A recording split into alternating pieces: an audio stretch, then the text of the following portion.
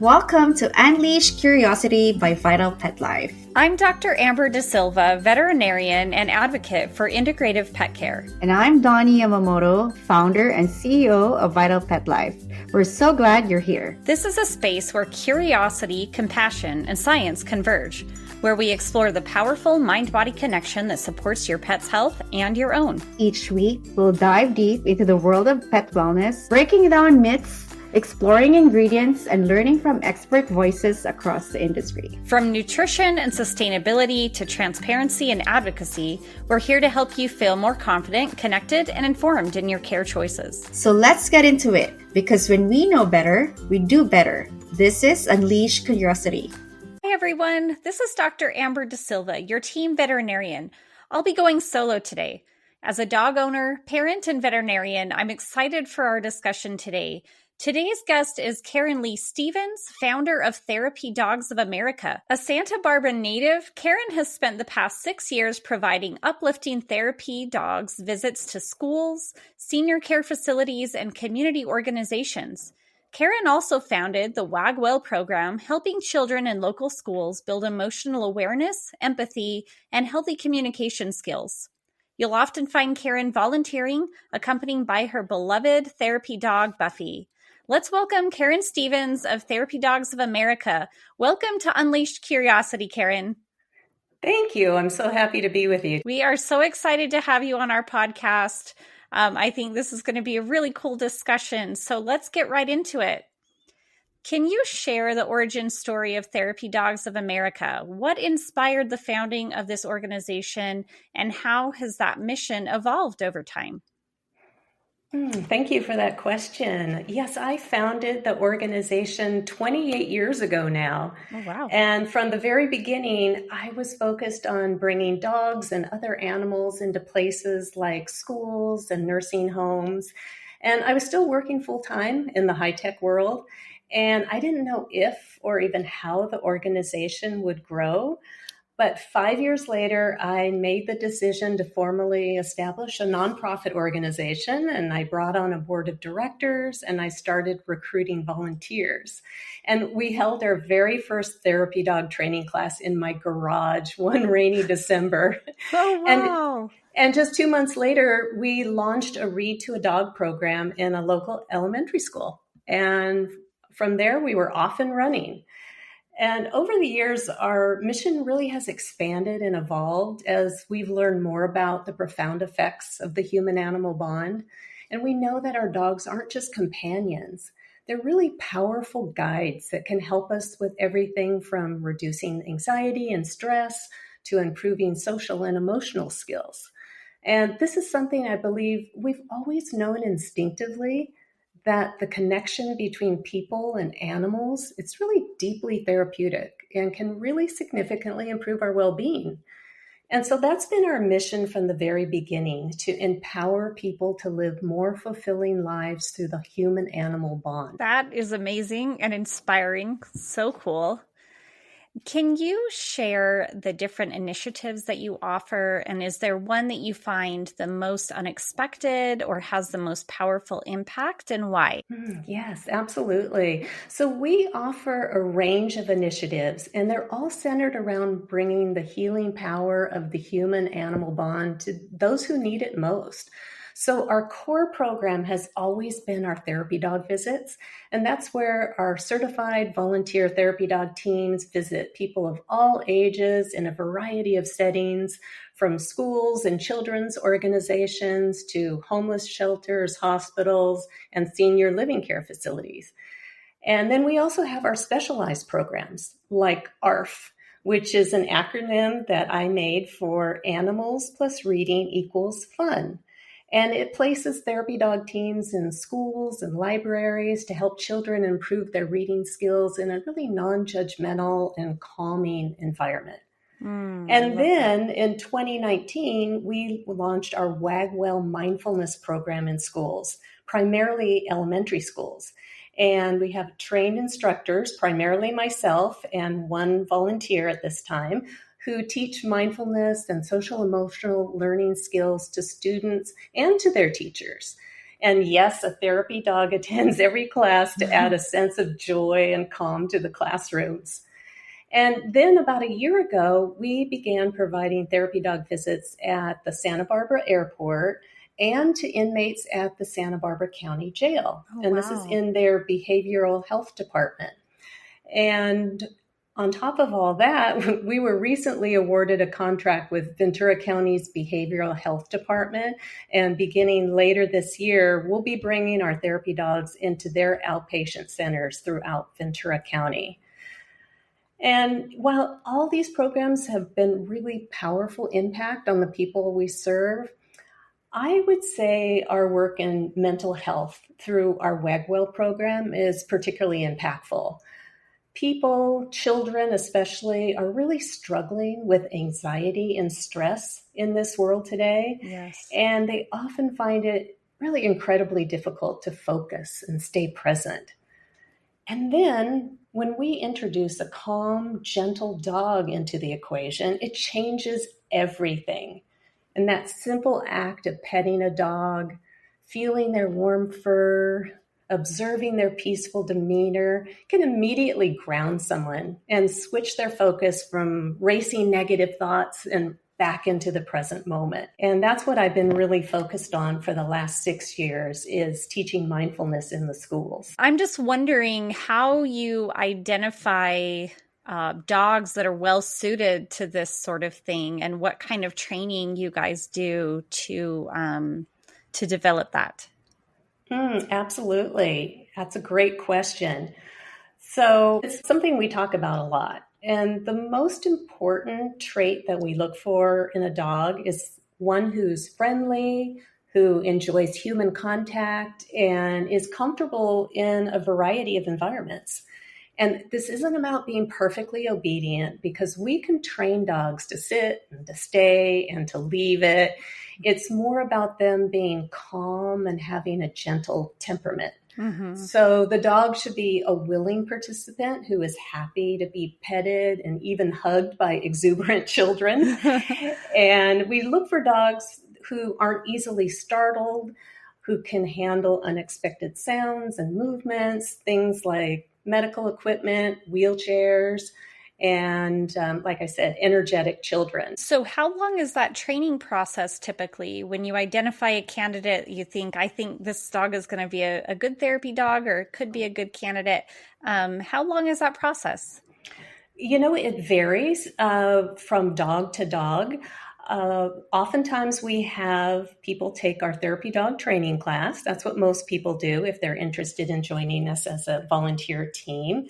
And that's a 5-week class where they learn all the basic skills like the sit and the stay. And then they learn more advanced skills that they will need when they go into different settings. Things that I was talking about, like being comfortable around wheelchairs, being comfortable around other dogs, maybe even erratic strangers if we're going into somewhere where people have special needs. Mm-hmm. And yes, so we look for that. And the classes are 5 weeks in length.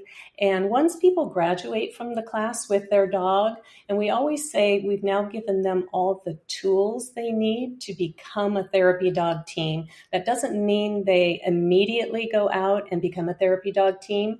Some want to continue training their dog. Maybe they want to take the class a second time before their dog really has those skills solidified. And some of them are ready right away, and they take the evaluation, which is really fun. We go into a very busy, usually at like a shopping mall, mm-hmm. and where it's busy and there's other people, lots of noises around, and just see how the dog interacts in that environment. And we take them through a 14-point evaluation that they need to pass.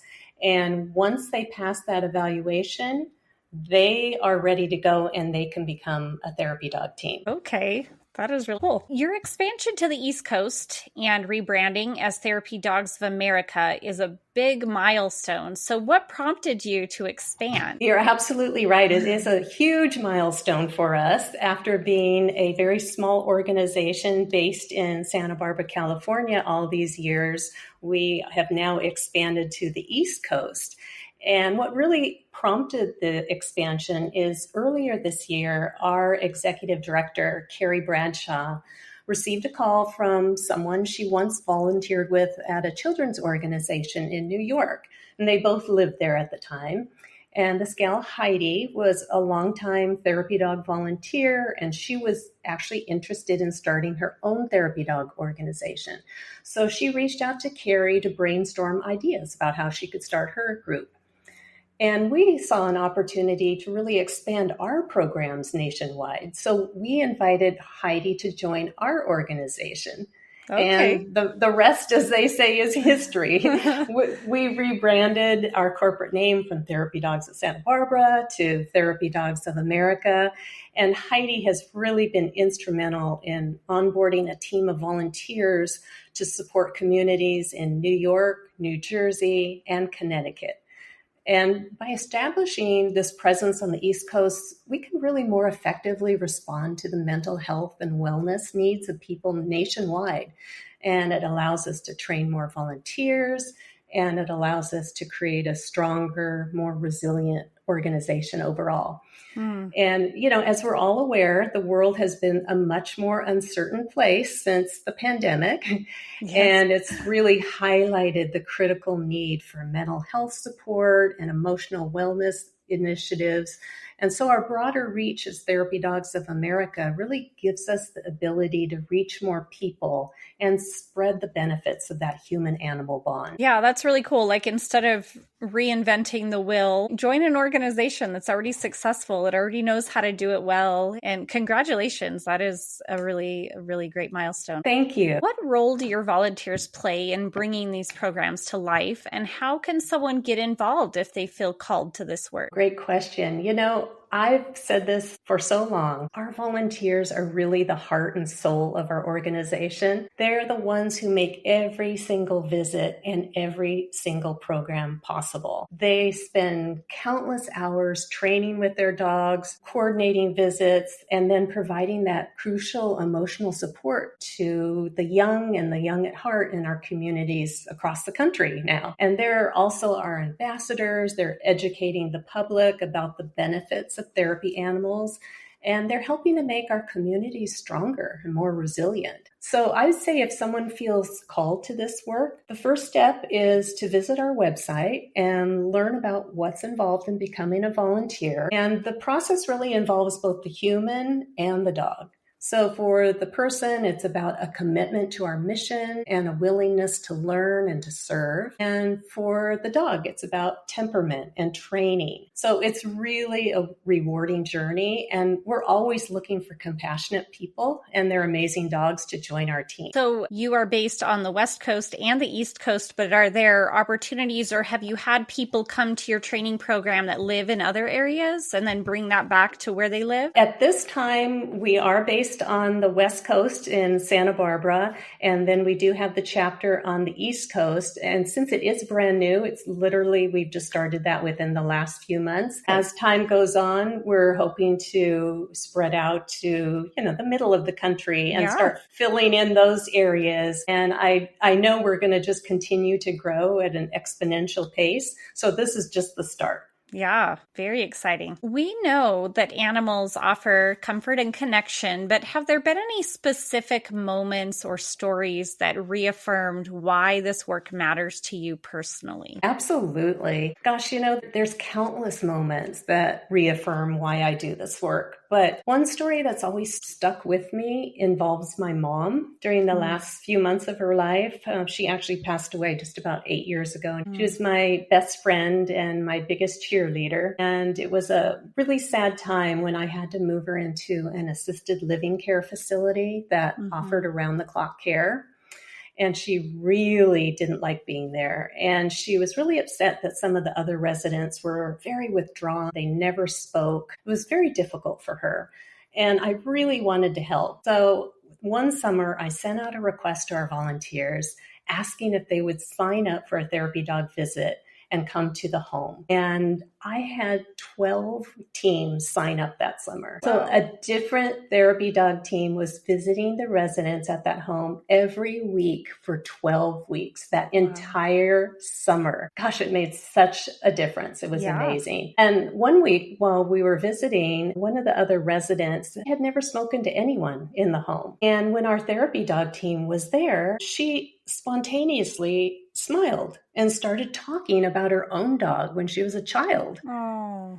And we were just all blown away. I mean, I've witnessed some profound things on countless occasions over the years doing this work. Yeah. But my mom had always joined me for all our therapy dog training classes. She loves seeing the dogs in their environment getting training, but she had actually never seen our therapy dogs in action in a school or a library. And she was absolutely blown away that a therapy dog was able to make Ursula smile and engage in conversation. It was really amazing. Yeah. So that moment, it was so powerful because it wasn't about this grand gesture. It was about the simple, non-judgmental presence of a dog creating a bridge, a connection where no one else could. And my mom, unfortunately, still disliked living at that facility, but she definitely had a new appreciation for our therapy dogs. That kind of came full circle for her then. Yeah, saw absolutely. The training side for those years and then saw just how powerful it was on the therapy side. Mm-hmm. Yes. Many of our listeners are conscious pet parents. What traits do you look for in potential therapy dogs, and how can people explore the path with their own pets? So for people who are curious about this path, I would say the first step is to honestly assess your dog's personality. Do they actively seek out attention from strangers? Are they calm and happy in new situations? And if the answer is yes, then you can get started by filling out our therapy dog volunteer application, which can be found on our website. And one of our team members will respond to you and give you all the information for getting started as a volunteer. And as I said before, this isn't about being a perfectly obedient dog because we can really train them in basic sit and stay commands. It's really more about them just being calm, friendly, and having a gentle temperament. Are there certain breeds that you see that are more commonly therapy dogs, or, have you seen just a whole range of different types of dogs who have fit this role really well? Yes, many of our dogs are one of two breeds. They're yellow Labrador retrievers or chocolate labs, just Labradors in general, or golden retrievers. Okay, they seem to be particularly called to this work, and they just have that kind of sweet, gentle personality that we're really looking for in our teams. With that said, we have a number of different breeds. As you mentioned earlier, I have a little Chihuahua named Buffy, who is a wonderful therapy dog. And people don't often think of Chihuahuas as good therapy dogs because they tend to be a little bit high strung.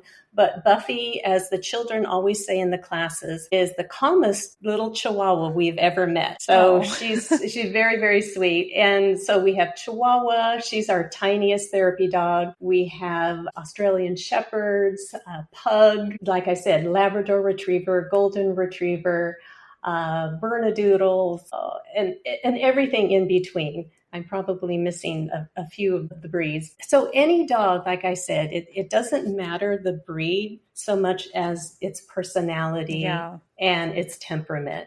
Yeah. And that's what's most important. I remember years ago, my best friend from high school, her and her husband got their dog certified as a therapy dog here in my home state. And he was a pitty mix, and he's the first pitty that's gone through this training and gotten certified as a therapy dog. He was just such an amazing dog, really well suited for that. So I was just curious. And pitties can be amazing therapy dogs. They're really known as the nanny dog. So they're particularly good with children. Mm-hmm. And I believe we had one in our program some years ago, and I haven't had one since. So it would be very interesting if we brought in some more pitties to the program. I think the kids would really love it. And I know the dogs would love it too. Yeah. And their big smile. I mean, how can you resist that? Exactly. Well, what's next for Therapy Dogs of America? And how can our listeners support your mission, whether through donations, volunteering, or just spreading the word? Thank you for asking that. We really have an exciting vision for our future, and it's centered on expanding our reach and continuing to innovate. As I mentioned, we'd love to start filling in the rest of the country so we can reach even more people.